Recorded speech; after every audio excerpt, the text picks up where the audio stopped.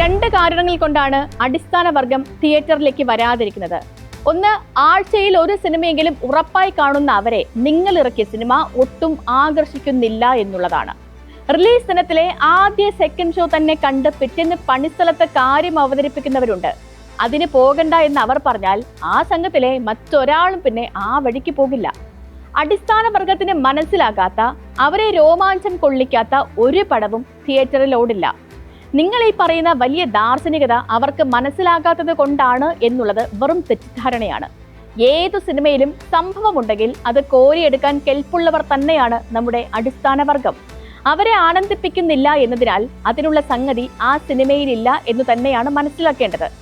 നല്ല പടമാണ്, പക്ഷെ ആളുകൾ കയറുന്നില്ല എന്നാണ് നമ്മുടെ നിർമ്മാതാക്കൾ തന്നെ പറയുന്നത്. ആള് കയറിയില്ലെങ്കിൽ അതൊരു നല്ല സിനിമയല്ല എന്നു തന്നെ വേണ്ടി വിലയിരുത്താൻ.